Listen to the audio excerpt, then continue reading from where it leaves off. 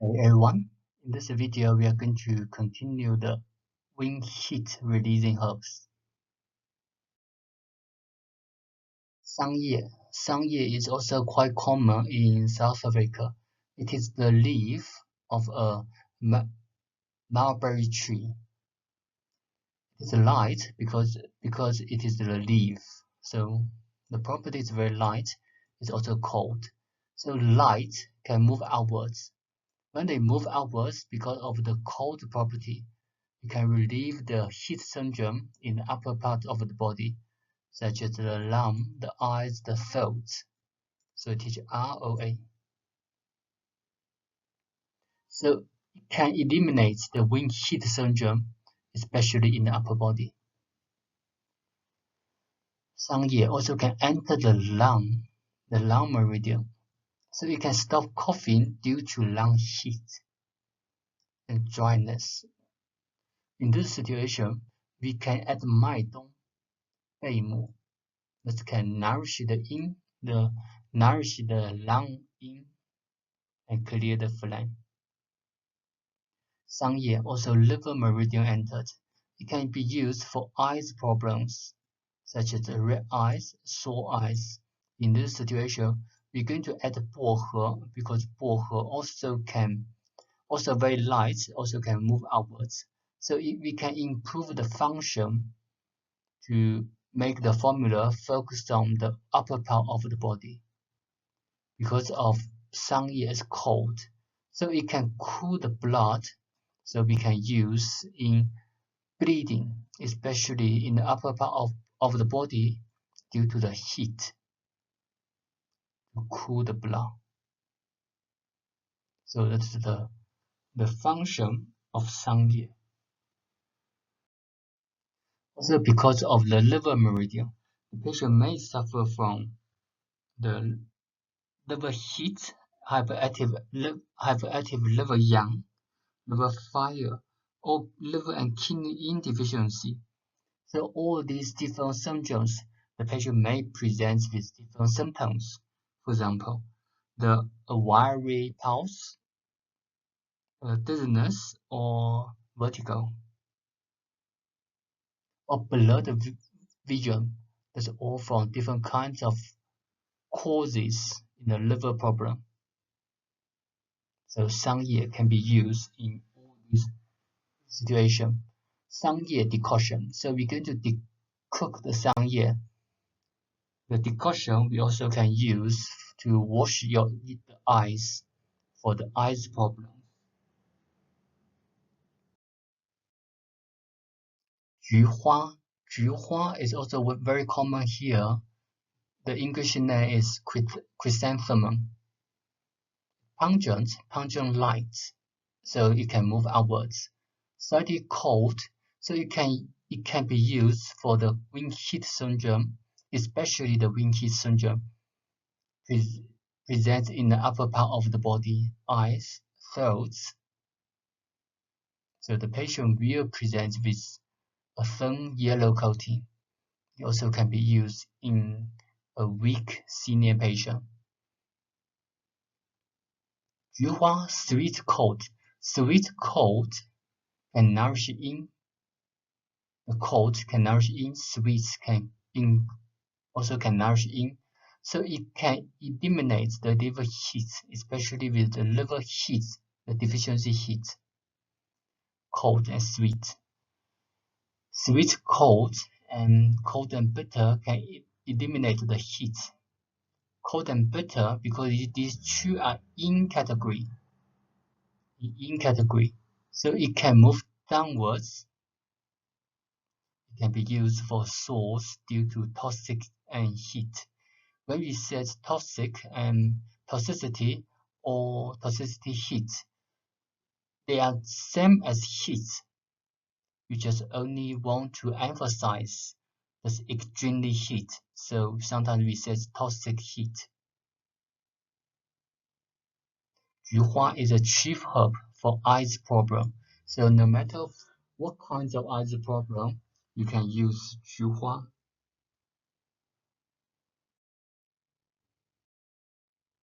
Juhua, the chrysanthemum, can come from different species. Some of them are white. The color are white. The white one is good for the liver stagnation. It's good for the liver deficiency heat. Some of them are yellow in the color. The yellow one are good for dispersing the wind heat. Chaihu is another herb in this category. Pungent, bitter, slightly cold, light, fragrant. When you see these different properties, they can move outwards, they can disperse, they can activate. Because of pungent, because of fragrant, they can activate, they can disperse. Because of light and pungent, they also can move outwards. So it can be used for wind heat syndrome. And because it's light can move outwards, it also can move the yang qi outwards. So it can be used for yang qi moving downwards the situation, such as the patient may present with such as diarrhea, the yang qi move downwards. The organs, the dislocation of the organs, we also can use these herbs to move the organs back to the position. It can eliminate pathogens, eliminate the wind heat syndrome, especially in the Shaoyang meridian. When the heat in the Shaoyang meridian, when we study the diagnostics, we knew the Shaoyang meridian, if the pathogen in the Shaoyang meridian, the patient may present with alternative heat fever. So in this situation, the patient may feel fever and then feel cold, and then feel fever again. These herbs also can activate the stagnation in the liver meridian. So we can use this for liver qi stagnation. A patient may present with depression or irritation. Chaihu also very good for fever, to relieve fever. Sheng in Mandarin means moving up. So this herb mostly focus on something moving down. It can move something up. Sheng light and pungent, can move something up, moving the yang qi, moving the organs up. So in this, when you use this function, you can add Chaihu, the previous one. Pungent also can disperse the pathogens in the upper part of the body. Sweet, cold, and bitter, it can eliminate the heat and toxicity. It's for toothache, headache, and due to stomach heat. So as you can see now, when we study the herbal medicine in Chinese medicine, no matter which herb, when we talk about one symptom, one discomfort, we always talk about due to, followed by the cause, because that's the cause can determine which herbs you're going to use. Toothache, headache, especially headache, due to stomach heat or due to liver cold or liver heat or the poor circulation, we will use different kinds of herbs. So the headache is not sufficient for you to use the herbs. We need to focus on the cause, which is the syndrome. Because of sweet and cold can nourish yin as well. Sometimes you may feel confused why sweet and bitter. So this is because of the property. Some herbs, when you taste the herbs, you may feel bitter at the beginning and then followed by a kind of sweet taste in the mouth. That's why some herbs, they will have these different or even opposite taste. Gegen light. Also the smell, the fragrance is very light. The spleen and stomach and meridian entered. So you also can move something outwards, especially move the yang qi outwards. Yang qi in the spleen and stomach. So if the yang qi in the spleen and stomach moving downwards, the patient may suffer from diarrhea. That's from the theory in the Huangdi Neijing. In this situation, the patient may present with diarrhea and also a pale tongue or swollen tongue with film coating. So the main function of Gegen, move something upwards, can be used for diarrhea. When you move yang qi outwards, you also can move fluids, the body fluids outwards. So sputum, especially the sputum in the upper part of the body, for example, the stiff neck. Then we can use Gegen to move the fluid up to the neck.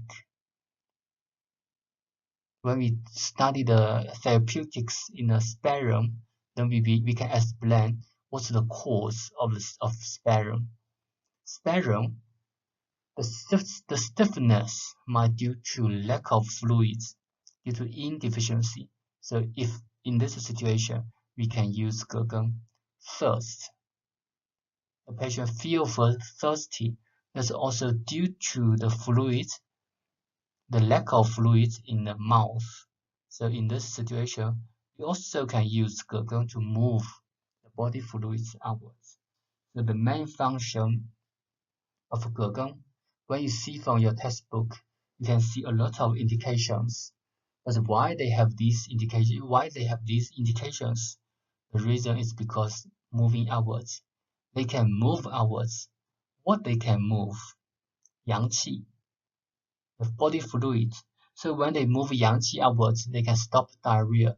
Then when they move fluids outwards, they can stop thirst. When they move the fluids to the upper part of the back, the upper back or the neck, it can stop the sputum or stiff neck.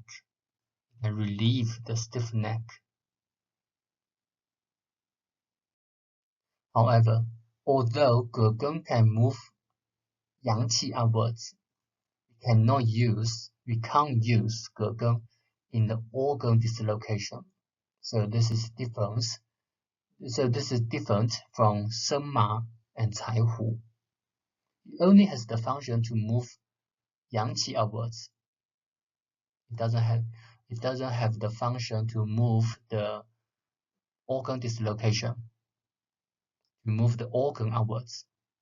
So that's the difference, especially when you apply in the clinical practice. A patient presents with organ dislocation, then we won't use Gegen. You can choose Chaihu or Sheng.